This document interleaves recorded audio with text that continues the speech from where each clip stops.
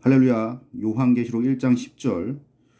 주의 날에 내가 성령에 감동되어 내 뒤에서 나는 나팔 소리 같은 큰 음성을 들으니 사도 요한이 받은 영감의 형태, 사도 요한이 받은 영감의 형태란 제목으로 하나님 말씀 증거하도록 하겠습니다. 계시록 1장 10절에 내가 성령에 감동되어란 말의 문자적인 해석은 내가 성령 안에 있어서입니다. 그것은 사도 요한 전체가 성령의 감동 속에 있는 것을 의미합니다. 이 세상에는 영감을 받는 자가 자의식을 완전히 잃고 착각으로 받는 거짓 영감이 많습니다. 성경에 있는 영감 대부분은 성령의 감동이지만 인간의 의식이 멈추는 것을 필수 요건으로 하지 않습니다. 사무엘은 하나님이 부르시는 음성을 듣고 엘리가 부르는 줄 알고 그를 찾아갔습니다. 그것은 그가 계시를 받을 당시 외부 세계에 대한 의식이 정상적이었음을 증거하고 있습니다. 바울이 3층 천에 갔던 경험은 그가 자의식을 잃고 신비적 상태에 빠졌던 것처럼 보입니다.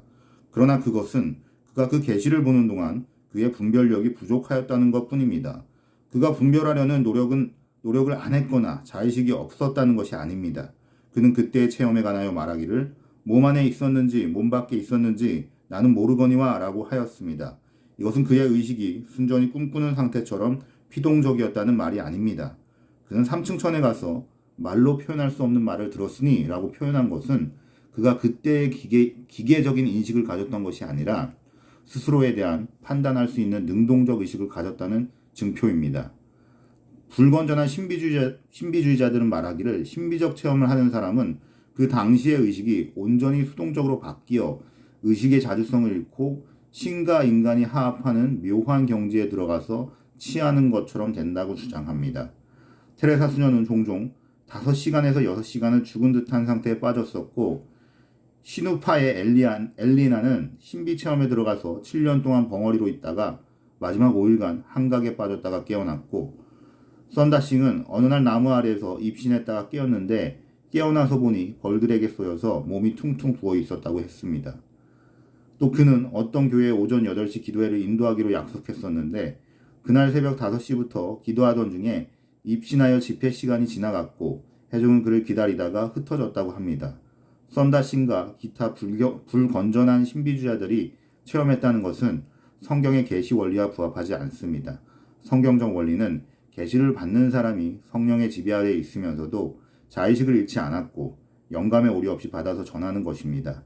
바빙크는 말하기를 자의식을 상실한 것 같은 상태는 헬라의 신비주의자들이 신비체험을 할 때 나타나는 현상입니다. 선지자들이 계시를 받은 것은 잠잘 때가 아니라 깨어 있을 때 이루어진 것이며 홀로 있는 때뿐만 아니라 다른 사람들과 함께 있을 때에 이루어진 것도 많습니다. 불건전한 신비주의자들은 입신은 그때그때 인간 편에서 그 체험을 얻으려고 노력하여 얻는 것이며 성경은 그러한 방법을 가르치지 않는다. 소위 입신이나 영혼 이탈은 이 교회에 많습니다. 몸을 때리거나 무용을 하거나 체면을 할 때 얻어진다고 합니다. 마이스터 에크하르트의 제자인 슈베르트 카트라이가 영혼 이탈로 죽은 것처럼 되었을 때 사람들은 그의 장례식을 준비했다고 합니다. 그것은 불건전한 신비주의자들의 이야기였던 것이죠. 입신, 영혼 이탈 등의 그릇된 신비주의 체험은 신과 인간의 질적인 화합을 전제로 한 착오입니다. 하나님은 창조자이시고 인간은 피조물입니다. 우리는 언제나 이 경계선을 허물 수 없습니다. 우리가 그것을 기억하고 하나님을 창조주로 모시며 겸해하는 것이 경건의 특성입니다. 불건전한 신비주의는 이러한 경계선을 허물고 신과 인간의 질적 화합을 숭상하는 그릇된 사상입니다. 중세의 신비주의자들은 인간에게 신을 알 수 있는 마음에 불꽃이 있다고 하였습니다. 다시 말해 그들은 인간이 정신을 집중하는 것만으로 충분히 신에게 도달할 수 있다고 주장하였습니다. 불건전한 신비주의자들의 입신이나 영혼 이탈 경험은 이와 같이 주관적인 노력으로 얻어내는 현상에 불과하므로 신뢰할 만한 영감이라고 할 수 없습니다. 그러나 불건전한 신비주의자들의 체험이 아무 가치가 없는 것은 아닙니다. 그들의 체험의 결과로 볼 때 물질 세계뿐 아니라 영적 세계가 있다는 사실을 알 수 있고 영은 물질의 산물이 아니므로 물질을 초월하여 존재할 수 있고 활동할 수 있다는 사실도 알 수 있습니다. 과학에서 심령이 물질에서 분리되어 있다는 사실을 증거하였습니다. 미국의 듀크 대학교에서 실험한 바에 의하면 사람이 먼 거리에 있는 다른 사람에게 정신력으로 어떤 사상을 전하여 알게 하였다고 합니다. 이와 같이 우리는 심령이 물질을 떠나서 이동할 수 있음을 알 수 있습니다. 그러나 우리는 신비주의자들의 체험을 신뢰할 수 없으며 그들이 영혼 이탈이나 입신으로 깨달았다는 것과 신뢰할 수 없습니다. 그 이유는 그것이 성경과 다르기 때문입니다. 신앙생활을 하면서 그들을 본받으려는 신자는 반드시 손해를 당한다는 것이죠. 첫 번째로 썬다싱이 말하기를 하늘나라에 가 있는 성도들이 지옥에 간 영혼들을 구원하기 위하여 일한다고 하였는데 그것은 성경이 말하지 않는 교리입니다. 두 번째로 그는 또 말하기를 지옥에 간 자들 대다수가 여러 세대 후에는 구원을 받아서 천국에 들어간다고 하였는데 그것도 성경의 교훈에 반대된 것입니다. 세 번째로 그는 입신하여 예수님을 보았다고 하며 예수님의 머리털은 금빛 같고 얼굴에 수염이 있으며 그의 얼굴은 햇빛 같은데 그 빛이 자기를 비칠 때에 친절하고 웃으시는 모습이었으며 조금도 무섭지 않다라고 하였습니다. 썬다싱의 이 말에는 비성경적인 부분이 있습니다. 그러나 요한이 본 예수님은 상징적으로 나타나셨습니다. 곧 메시아의 성품에 대한 구약의 계시 상징 그대로입니다. 신약 성경의 저자들은 언제나 하늘나라와 하나님과 승천하신 예수님에 대하여 감성적인 말을 피하고 구약의 내용을 사용하여 간결하게 묘사합니다.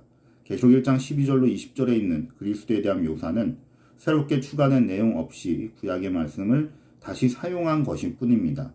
첫째로 나팔 소리, 두 번째 큰 음성, 셋째로 7 금촛대, 넷째 인자, 다섯째 발에 끌리는 옷을 입고 가슴에 금띠를 띠고, 여섯 번째 그 머리와 털의 시기가 흰 양털 같고 눈 같으며, 일곱 번째 그의 눈은 불꽃 같고, 여덟 번째 그의 발은 풀무에 단련한 빛난 주석 같고, 아홉 번째 그의 음성은 맑은 물소리와 같으며, 열 번째 그 오른손에 7뼈이 있고, 11번째 그 입에서 좌우에 날성검이 나오고, 12번째 그 얼굴은 해가 힘있게 비치는 것 같더라 라고 합니다. 그의 발 앞에 엎드려져 죽은 자 같이 되매, 여기서 죽은 자 같이 되었다는 말이 불건전한 신비주의자들의 입신 혹은 영혼 이탈과 같은 것처럼 보입니다. 그러나 이것은 입신이나 영혼 이탈과 같은 것이 아닙니다. 그 이유는 요한이 예수님을 보기 전에 죽은 것 같이 되었다는 말씀이 아니기 때문입니다. 다시 말하면 이것은 그가 예수님을 보기 위한 준비가 아닙니다. 그는 예수님의 영광과 위엄을 본 뒤에 죽은 것 같이 되었습니다. 구약에도 다니엘이 계시를 본 뒤에 기절하였다고 합니다. 그가 계시를 본 것 때문에 놀라서 죽은 것처럼 되었다는 말씀입니다. 따라서 그가 심신이 고장나는 방법으로 계시를 보게 되었다는 말씀이 아닌 것은 분명한 사실입니다. 오늘 말씀을 마치도록 하겠습니다.